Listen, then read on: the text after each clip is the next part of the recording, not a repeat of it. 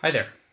So in this tutorial, what we're going to do is we are going to set up GNOME Desktop on the Google Cloud Compute Engine.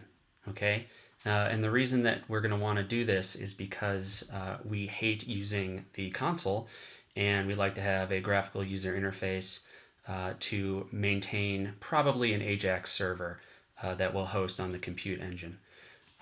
Okay, so we're going to just start from scratch. First thing we're going to do is, assuming you already are logged into your Google Cloud platform, we're going to create an instance. By the way, the whole reason I'm doing this tutorial is not so much for you as it is, it took me a couple days to figure out how to get this up and running. And it's a real pain in the ass, so I don't want to forget how to do it. All right, so let's name our instance something. This was the previous instance, so let's just do that. I think I deleted that one. Put in your area. I am on the East Coast. Here we are. And we're going to be running this on an operating system, and the operating system is going to be Ubuntu 16.04 LTS. Now, the reason we're doing this particular variety of operating system is because it is new-ish. I think as of this video, the latest one is 16.10, but it's LTS, so it's long-term support. So I think this operating system is going to be technically supported until, like, I don't know, 2000 something, many years. So as I said, I want to set up a server, and I just don't want to have to deal with updating stuff because I'm lazy. We're going to do solid state drive. Let's just do 80 gig because we're feeling saucy. Great. Let's allow full access to all cloud APIs. Allow HTTP traffic, HTTPS traffic. That looks good. Let's create it.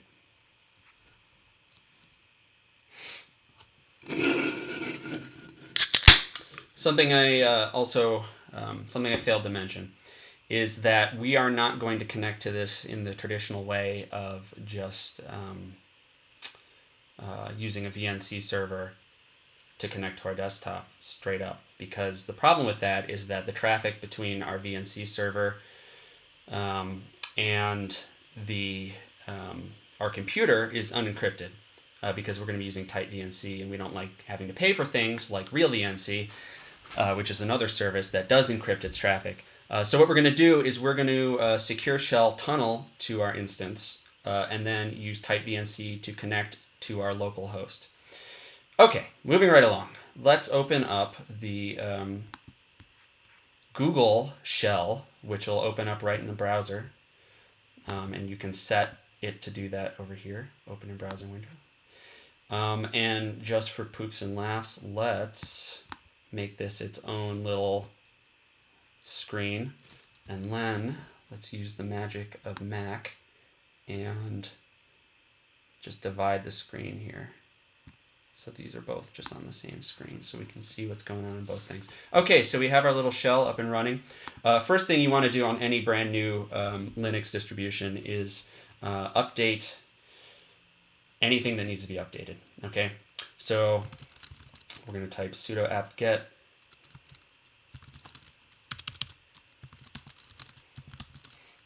update, and this will just kind of update the package lists of things that potentially could be updated, and then we're going to upgrade to implement those changes.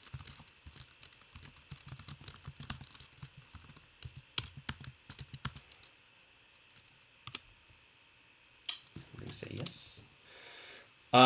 So disclaimer, I'm a total noob at Linux. So there may be a far more elegant way or shorter way to do the things that I'm describing in this video. However, I'm not sure if there is. So it works at the time of me doing it. So if you're watching this video 3 years from now, there's probably a whole new system. So good luck. All right. So we've upgraded our Linux distribution to the latest and greatest. security, patches and whatnot. First step to getting this ball rolling is we are going to install the Gnome-Shell. So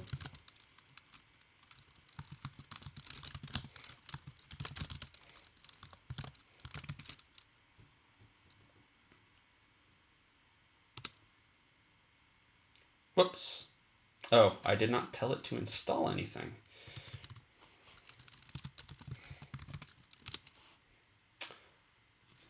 All right, so this might take a while, so I will probably just cut the video here and come back when it's done.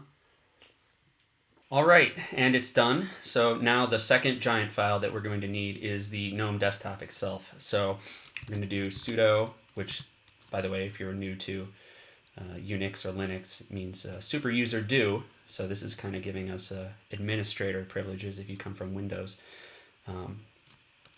Anyways, get, and we are going to get, how is it phrased? It's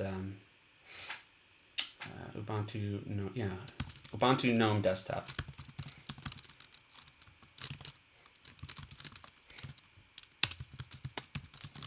Okay. Oh, and you'll notice I forgot to tell it to install again. Can you tell it's late here? And this will be another gigantic download, so I'll probably cut away. However, before I do, now might be a good time for you to also download another piece of software concurrently called VNC Viewer. Okay, so this is what we're going to use to connect to our virtual machine and get a screen. So you can have that downloading as well. All right, and we're back. You'll notice we got one warning. This has to do with our drives being rated or not being rated. Has something to do with RAID. Don't worry about it. I have a feeling it has something to do with the compute engine. Anyways, okay, moving right along, we are going to want to get something that will allow us to copy and paste between outside of our instance and VNC Viewer. And the thing we need is something called autocutsel. So sudo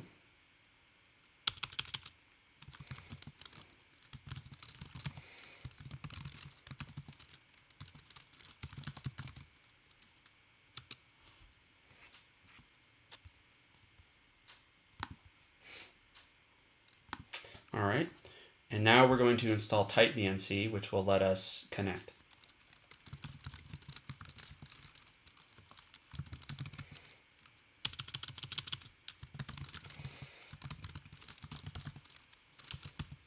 It's called type VNC server, by the way. All right, there we go. Now, for whatever reason, type VNC gets cranky and throws an error because it's missing a certain file. So we're just going to create this file beforehand because it will throw this error. So we're going to type in touch tilde / capital X resources. Okay, and that will create that file. All right, so now what we're going to do is we're going to start up the VNC server for the first time. To do this, you just type in VNC server.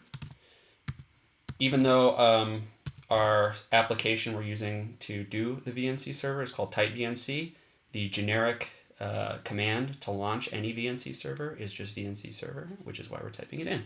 It will ask you for a password. This is where you set your VNC server password. It is limited to 8 characters.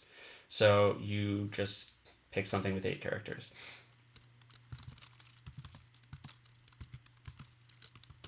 It'll ask you to confirm. And would you like to enter a view-only password? I don't care. No. All right. It's going to create some files. And before we look at our instance, we're going to want to mess with the VNCX startup script, because if we were to look at our VNC viewer right now, it would most likely just be a gray blob because it doesn't work. So we're going to open our text editor called Vim and edit this file. Press I to do insert mode. And we are actually just going to get rid of this whole thing because I have a startup script that I know works. Now there's probably a way to just delete this whole thing immediately, and those of you that know Linux even a little bit are probably cringing right now because I don't know anything, but too bad. All right, so we're going to copy this script right here. Now I cobbled this together from a number of sources. You'll see we have our autocutsel thing in here that'll allow us to copy and paste. But it works. And let's make sure that this is not actually, okay. I did this before and there was a carriage return here and it screwed everything up and I couldn't figure out why it wasn't working. But this should work, okay?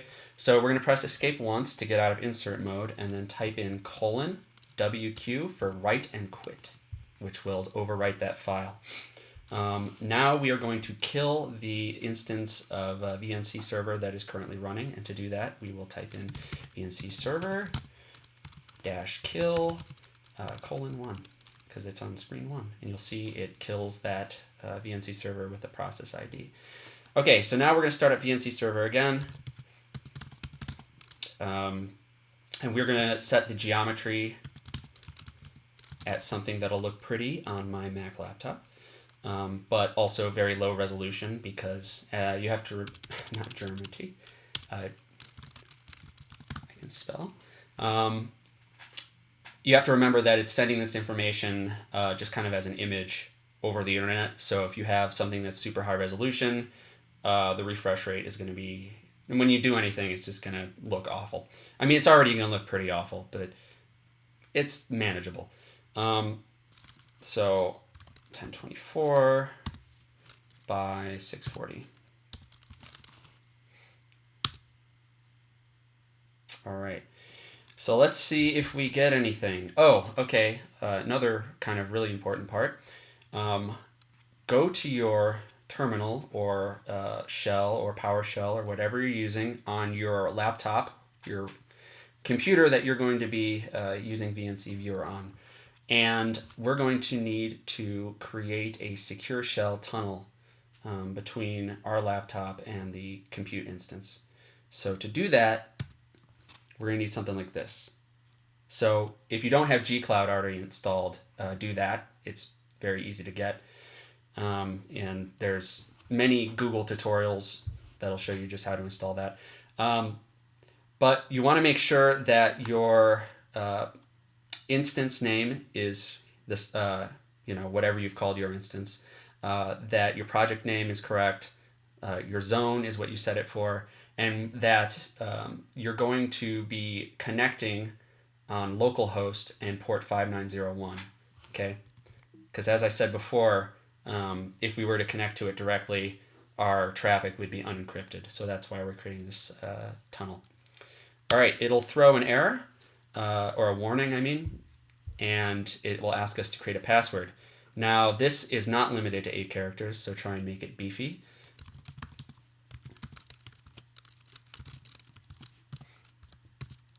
And it will then create a hash that will live on your machine, so then you can connect whenever you feel like it. You notice this warning says that they're going to be changing something March 2017. It is currently March 2017. So yeah, this will probably be different when you're watching this video, FYI. Okay, so now our tunnel is working, which is great.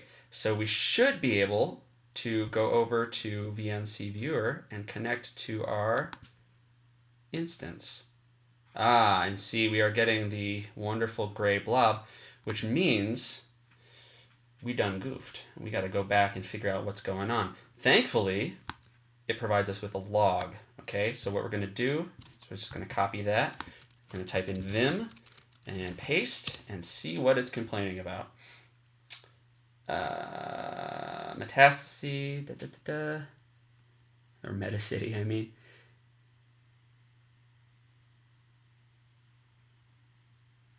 All right, it looks like we're going to need to install some additional resources, which is fine. All right, to get out of the log file, what we're going to do is :Q for quit, and then we're going to install Gnome-Core.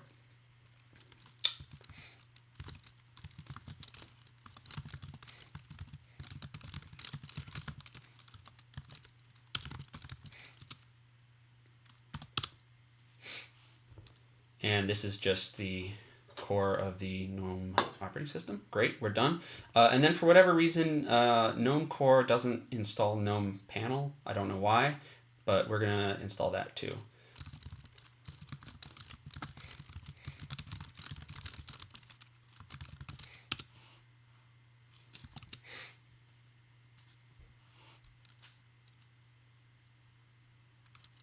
All right, now we're going to kill our instance. All right, we killed the VNC server instance, and let's restart it. All right, let's take a look. And there we go. We have a desktop. All right, so this works, kind of. You'll notice that you're not able to right-click to open up a right-click menu on the desktop. That can be changed in settings. You're also not getting a ton of widgets up here. So what we're going to do is we're going to install some quick things to make life a little nicer, okay? So first thing is Gnome-Themes-standard.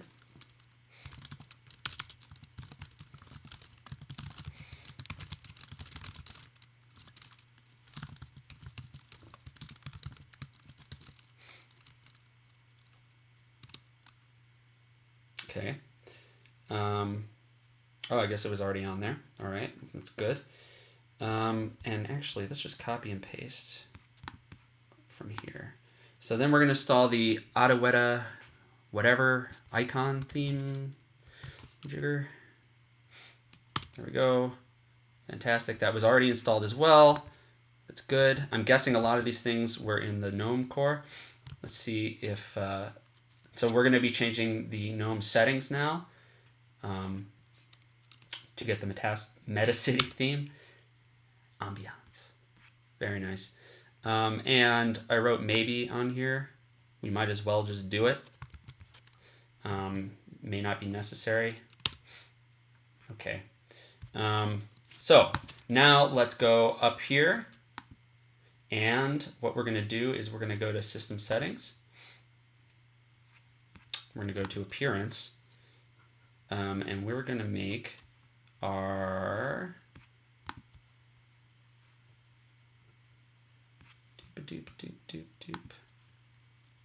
Never mind. We're not going to do nothing. Everything looks good. That's what I like to see. All right. So now we're going to use something called the Gnome Tweak Tool, which should be installed to mess with some stuff. So go to Applications, Accessories, and the Biobu terminal. I don't know what that's pronounced. Anyways, you're going to have to do it on here because it's going to try and open up a window. So if we were to try and type in our stuff on this shell, it'll be like, I don't have a screen. Okay, so what we're going to do is just type in sudo and then Gnome Tweak Tool. Okay, and this will open something up. Okay, so we're going to set the global dark theme on because I like it. And we're going to turn off animations. And we're going to allow icons on the desktop. This will allow us to right click. Fonts are good. Keyboard mouse is good. Power is fine. Startup applications. Clock. Show application menu, yes. Show date, show time. Typing, Windows, and workspaces. All right, this looks good. So you'll notice the theme hasn't asserted itself yet. So to do that, I think restarting our VNC server should do it. If not, then we just have to re-log in. But let's see what we do, what we get here. Yeah, you'll see the theme is different. We still have that very weird background. Oh, totally forgot about something. Okay, so on your VNC viewer, here are the properties. Okay, so you want to make sure that you're using your local host IP address, 127.0.0.1, and port 5901. You can call it whatever you want. Turn encryption off, it'll make things, I guess, slightly faster. Now remember, this communication is just happening on your local machine, so you really don't have to worry about it. And your password is that 8-character password you set before. Okay, so back to this. If we want to set a desktop background, we should now be able to right-click. And you'll see it slowly opens up a menu, and we can mess with stuff now. Okay, so there we go. You have a desktop. Perhaps in another video I will show you how to install Chrome, which is pretty easy, install an Apache server, and maybe make a Flask application.